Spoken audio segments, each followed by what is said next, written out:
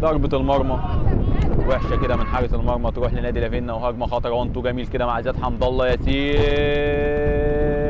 الهدف الأول. جميلة جميلة جميلة، ياسين يحرز الهدف الأول لنادي لافينا في الدقيقة 17 من أحداث الشوط الأول، بعد تمريرات جميلة من مندو زياد حمد الله وثرو باص لياسين اللي بيحطها بوش رجله. جميلة، تصويبة قوية تسكن شباك نادي تليفونات بني سويف، وحارس المرمى عبد الرحمن حامد شعبان. لسه الكرة مع لافينا، ياسين صاحب الهدف، ياسين تروح لزياد المهاري الحريف. يا ولد يا زياد، يخش زياد، يا ولد يا زياد، يا ولد يا زياد. ايه يا ابني الجمال ده، ايه الحلاوه دي. هدف مارادوني من زياد حمد الله، لاعب كبير، لاعب حريف زياد حمد الله. بعد مرور دقيقتين من الهدف الاول نادي لافينا يحرز الهدف الثاني في الدقيقه 20 من احداث الشوط الاول بهدف مارادوني من زياد حمد الله الموهوب. هدف مهاره، عدى من الاول والثاني والثالث وفنت جميل منه.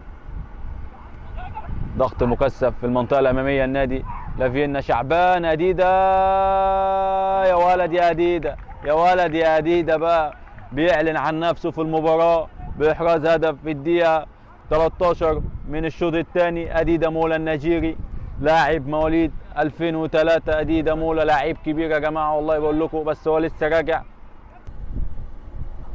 اديده، عرضيه جميله من اديده. شعبان يا ولد، والله ده ابراهيم كامل.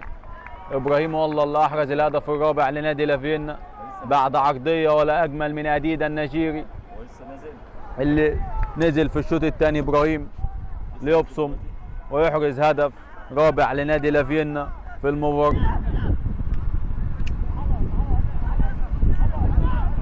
ادهم، عودة حميدة ادهم.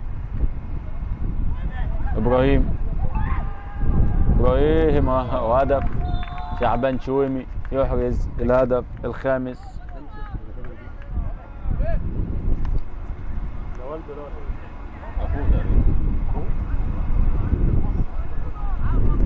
شعبان شويمي يحرز الهدف الخامس لنادي لافينا في المباراة.